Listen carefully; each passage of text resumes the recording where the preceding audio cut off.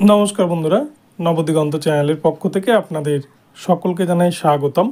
তো বন্ধুরা, আজকে সকালের গুড মর্নিং জানিয়ে আমি আবার একটি নতুন আপডেট আপনাদের জন্য নিয়ে উপস্থিত হয়েছি আমার নবদিগন্ত চ্যানেলে। তো এখন আমি আপনাদের সাথে যে আপডেটটি শেয়ার করতে চলেছি সেটি হচ্ছে এনআইওএস ডিএলএড ট্রেনিং কমপ্লিট করে যারা ইন সার্ভিস টিচার আছেন বা যে সমস্ত ইন সার্ভিস টিচার 18 মাসের এনআইওএস ডিএলএড ডিগ্রি করেছেন তাদেরকে পুনরায় ডিএলএড কোর্সে ভর্তি হতে হবে কিনা এই নিয়ে কিন্তু একটি দ্বিধা তৈরি হয়েছে চারিদিকে। এই নিয়ে কিন্তু একটা বিতর্ক সৃষ্টি হয়েছে এবং কলকাতা হাইকোর্টে এই নিয়ে কিন্তু একটি মামলা চলছে এবং এই মামলার পরিপ্রেক্ষিতে বিচারপতি অমৃতা সিনহা ম্যাম তিনি একটি গুরুত্বপূর্ণ নির্দেশ দিয়েছেন। এবং সবথেকে বড় কথা, 32,000 যে আনটেন্ড প্যানেল 2014 প্রাইমারি টেটের, সেই 32,000 প্যানেলের আনটেন্ড প্যানেলের সকলকেই কিন্তু এনআইএস থেকে ডিএলএড করানো হয়েছে। তো তাদের ক্ষেত্রে এনআইএস ডিএলএড বৈধ নাকি অবৈধ সমস্ত কিছু এই ভিডিওতে আমি আলোচনা করতে চলেছি। আপনারা সম্পূর্ণ ভিডিওটি দেখুন।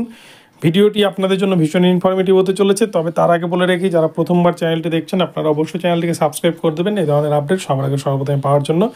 তো চলুন তাহলে আমরা এই মুহূর্তে দেখে নিই যে এনআইওএস ডিএলএড নিয়ে কী আপডেট উঠে আসছে।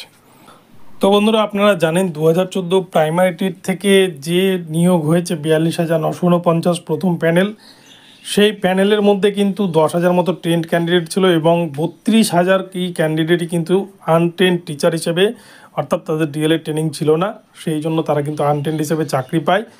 এবং পরবর্তীতে কেন্দ্রীয় সরকারের একটি উদ্যোগে 2017-19 ব্যাচে সকলকে ট্রেন্ড করার উদ্দেশ্যে কিন্তু এনআইওএস ডিএলএড কোর্স চালু করে কেন্দ্র সরকার এবং সারা ভারতবর্ষ জুড়ে এই কোর্সটি একযোগে সকলেই কিন্তু ভর্তি হয়। সকল ইন সার্ভিস টিচার যারা আনট্রেন্ড টিচার সকলকে কিন্তু এনআইওএসের মাধ্যমে ট্রেন্ড করানোর ব্যবস্থা গ্রহণ করা হয় এবং সেক্ষেত্রে 18 মাসের ট্রেনিং করানো হয়। এবং এই নিয়ে আপনারা জানেন পরবর্তীতে কিন্তু সুপ্রিম কোর্টে গত বছর অর্থাৎ 2023 সালে 26 নভেম্বর একটি অর্ডার আছে সুপ্রিম কোর্ট থেকে, যেখানে কিন্তু বলা হয় এটি শুধুমাত্র ইন সার্ভিসদের জন্য, এটাতে কিন্তু ফ্রেশার ক্যান্ডিডেটরা এনআইওএস ডিএলএড করে তারা কিন্তু রিক্রুটমেন্ট প্রক্রিয়ায় অংশগ্রহণ করতে পারবে না। আর এরপর থেকে কিন্তু বিভিন্নভাবে বিতর্ক শুরু হয় বিভিন্ন মহলে। তো সেই দিক দিয়ে সুপ্রিম কোর্টের নির্দেশ মোতাবেক 32,000 যারা চাকরি করছেন তাদের কিন্তু সেফ, তাদের কোনো ভয়ের কারণ নেই। যে সমস্ত আনট্রেন্ড টিচার 32,000 প্যানেলে ছিলেন যারা এনআইওএস ডিএলএড ডিগ্রি করে নিয়েছিলেন, আপনারা কিন্তু ট্রেন্ড, আপনাদেরকে ডিএলএড করার কোনো প্রয়োজন নেই। যে বিষয়টা নিয়ে এখন সমস্যা তৈরি হচ্ছে সেটা হচ্ছে 2009 সালের যে নিয়োগ হয়েছিল 2021 সালে, সেই নিয়োগকে ঘিরেই কিন্তু 3টা ডিপিএসসি, আপনারা জানেন যে 2009 সালে প্রাইমারি বাম আমলের যে পরীক্ষা, সেই পরীক্ষা বিভিন্ন কারণবশত ক্যান্সেল হয়ে সুপ্রিম কোর্টে মামলা চলার পর 3টা ডিপিএসসি, উত্তর 24 পরগনা, দক্ষিণ 24 পরগনা এবং মালদা, তো এর মধ্যে মালদা এবং উত্তর 24 পরগনা ডিপিএসসি এনআইএস ডিএলএড ট্রেনিংরত যারা 2009 সালে চাকরি পেয়েছিলেন সকলকেই কিন্তু ট্রেন্ড হিসেবে গণ্য করেছেন। অর্থাৎ তাদেরকে নতুন করে আর কোনো রকম এনআইএস ডিএলএড থাকলে তাদেরকে ডিএলএড কোর্সে ভর্তি হওয়ার প্রয়োজন নেই, এমনটাই কিন্তু জানিয়েছেন। যে যার কিন্তু ফর্ম ফিল আপের লাস্ট ডেট ছিল গতকালকে অর্থাৎ 27 তারিখ। তো এই ক্ষেত্রেই সমস্যাটা তৈরি করেছে দক্ষিণ 24 পরগনা ডিপিএসসি ডিআই। দক্ষিণ 24 পরগনা ডিআই তিনি কিন্তু বেশ কিছু ক্যান্ডিডেটকে দেখেন যে তারা 2017-19 ব্যাচে ডিএলএড করে চাকরি পাওয়ার আগেই তারা কিন্তু কোনো একটা প্রাইভেট স্কুলে কর্মরত ছিল এবং সেই সুবাদেই তারা কিন্তু এই ইন সার্ভিস দেখিয়ে তারা এনআইএস ডিএলএড কোর্সটি করেন এবং পরবর্তীতে তারা 2021 সালে চাকরি পান। এবং এই চাকরি পাওয়ার পরেই দুটো ডিপিএসসি, উত্তর 24 পরগনা এবং মালদা ডিপিএসসি এনআইএসদেরকে মেনে নিলেও দক্ষিণ 24 পরগনা ডিপিএসসি ডিআই কিন্তু এই সমস্ত ক্যান্ডিডেটদেরকে আনট্রেন্ড হিসেবেই গণ্য করেছেন। তাই এই বিষয়টিকে সামনে তুলে এনে এই সমস্ত এনআইএস ডিএলএডরত ক্যান্ডিডেটরা যারা এনআইএস ডিএলএড ট্রেনিং কমপ্লিট করেছেন তারা কিন্তু মামলা দায়ের করেছিলেন কলকাতা হাইকোর্টে এবং এই প্রসঙ্গে বিচারপতি অমৃতা সিনহা ম্যাম তিনি পরিষ্কার নির্দেশ দিয়েছেন যে সমস্ত ইন সার্ভিস টিচারের এনআইএস ডিএলএড রয়েছে তাদেরকে কিন্তু আর ডিএলএড কোর্স করার প্রয়োজন নেই।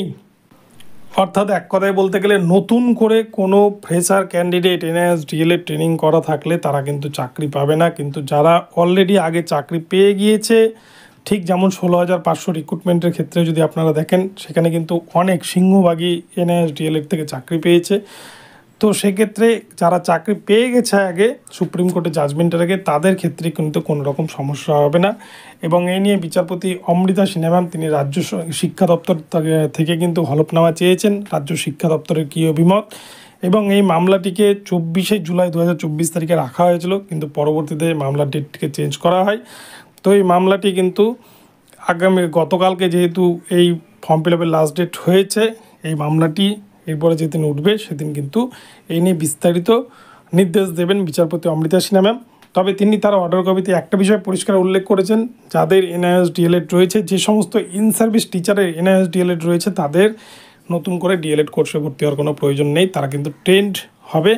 এবং টিপিএসসি ডিআইয়ের উদ্দেশ্যেও তিনি বার্তা দিয়েছেন, যেহেতু দুটি ডিপিএসসি মালদা এবং উত্তর 24 পরগনা ডিআই যেহেতু এনআইএস ডিএলএডকে মান্যতা দিয়েছে, তাই এরকমভাবে কিন্তু বৈষম্য তৈরি করতে পারে না কোনো একটা ডিপিএসসি, এমনটাই নির্দেশ দিয়েছেন বিচারপতি অমৃতা সিনহা ম্যাম। তাই এটা কিন্তু একটা এনআইএস ডিএলএডদের পক্ষ থেকে কলকাতা হাইকোর্টের তরফ থেকে যে সমস্ত NIOS DElEd in service teacher রয়েছেন তাদের জন্য একটি বড় বার্তা দিয়েছেন কলকাতা হাইকোর্ট। তো বন্ধুরা, এখন এই পর্যন্ত রইল। ভিডিওটি ভালো লাগলে চ্যানেলটিকে সাবস্ক্রাইব করে দেবেন, আর এই ধরনের আপডেট প্রতিনিয়ত পেতে আমার চ্যানেলটি ফলো করতে থাকুন। ধন্যবাদ সকলকে, সকলে ভালো থাকবেন।